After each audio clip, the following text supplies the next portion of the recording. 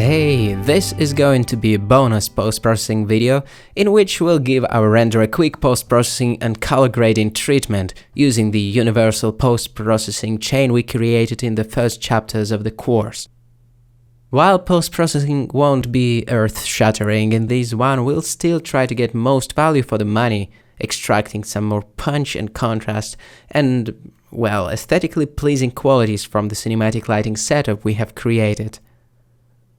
It will be based on a fairly universal chain of effects we have tackled earlier in the course, such as glare, lens distortion, vignette and other optical aberrations, some fairly basic color grading to basically swivel it in the creative direction we want. It will be a fairly short video, I believe, a quickly digestible one. Let's go. Here we are. Still in the Blender Compositor. The Use Nodes checkbox is ticked. The backdrop turned on and showing us the preview. If there is no preview, there must be the viewer node for it to work. Let me show it to you.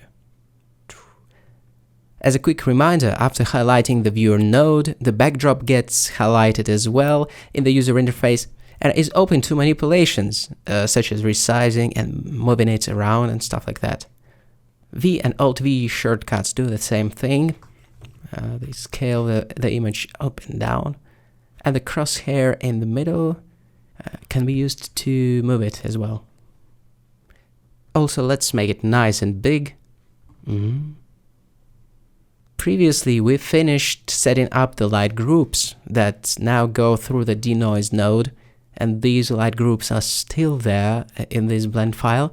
We still have them. We will pick it up from here.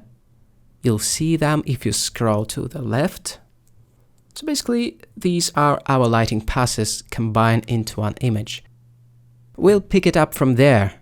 We can either temporarily switch denoising off because it causes a lag, or at least we can change its mode to fast or none. To fast-track post-processing, I'm gonna go ahead and append our node group with all the nodes from the universal post-processing chain that we set up. A beautiful trademark sign popping up there.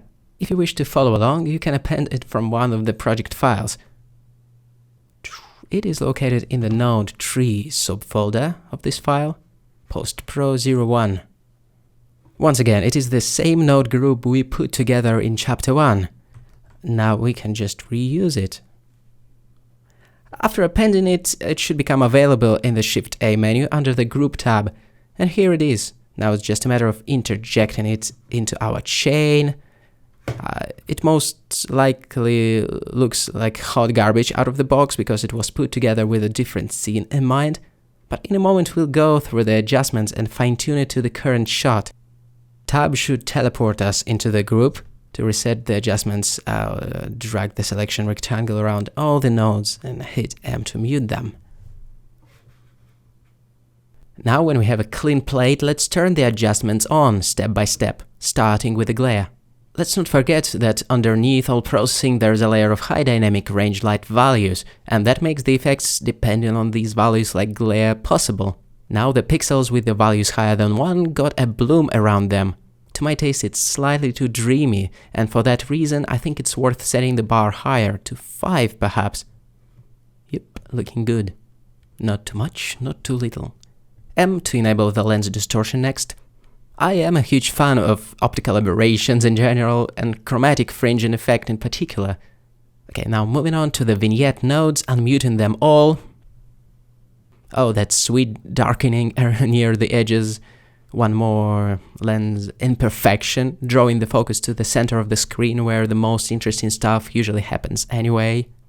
I think we had a different aspect ratio the last time though. Now we have to type in proper height there. Something like that. Next, I'll go really quickly through the color adjustments such as temperature, tint, saturation and color balance, starting with the temperature. Actually, not sure if I want to make our colors warmer or cooler, but I definitely want to try to integrate all colors with mixing in some green with the tint node. It'll bring it closer to a limited color palette. It's usually a good thing. As for a bleach bypass via slight desaturation, follow your taste, I guess. I don't think our image begs for desaturation. It is fairly neutral actually as it is. Okay, what else? Now turning on the color balance node. Note that the correction formula is offset power slope and not lived gamma gain, as the latter is broken and doesn't work as intended with the scene referred light data. Aside from tweaking the hues in the different tonal ranges, it can be used to control the contrast as well. So the first sliders I usually adjust are the grayscale vertical controls. Bringing it higher could sharpen the overall contrast too much though, to the point of crunching the details in the shadows and highlights, so be careful. The color grading logic I usually follow through with this node is to separate the midtones and the highlights, or the shadows, let's say, and the highlights in terms of their temperature or tint. Say the midtones moving slightly towards cyan and the highlights towards orange, let's say. Nothing too fancy though. Okay, moving on to the next one, and pressing M to wake up the film grain group of nodes. Well, it's actually a digital noise, but never mind, there are the film grain textures to be found in the project files as well. You can say that such tweaks are not technically a part of what we call lighting, although the case can be made that optical aberrations do change the look and feel of the light data captured by our virtual blender sensor. So adding a bit of noise here, not a crazy amount, but just a little bit of dithering to give it some texture, I guess. Lastly, this set of nodes is in charge of the output blanking to try different aspect ratios in this quick and dirty way. With the y-axis, we can tweak how wide the aspect ratio should be. This is just for the sake of preview, you know. Alright, I think we walked through all the building blocks of our Universal Post-Pro chain, packed nicely into this group. By the way, now we can tab out of it anytime and toggle the whole thing on and off to compare before and after. Let's not forget that on top of post-processing we have the view transform with a bunch of options like curves, exposure, view transform type itself, which is filmic in our case. I see the RGB curves as the mastering type of a quick color adjustment that adds a final idiosyncratic touch to the image. It can be used to control the contrast as well, but I see it mostly as this quick color grading pass. Then there's exposure, of course, to keep in mind. It's one of the fundamental properties of image formation in how our scene light data turns into the display referred image. Then we have the filmic view transform, of course. Keep it like that, as the standard one is just not as robust in the way it treats the parts that are about to get overexposed and so on. The filmic is simply speaking the better view transform, which preserves the light data in a more thoughtful way, which is similar to how the film emulsion-like media treats light. So the color management settings are important to factor in and to keep in mind generally too. Alright, super awesome.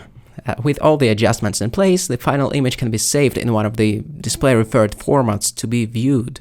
So I open the image editor with the viewer node selected, then save as and choosing one of the 8-bit formats like TIFF, PNG, or any other good old 8-bit formats for storing good old display referred image data type.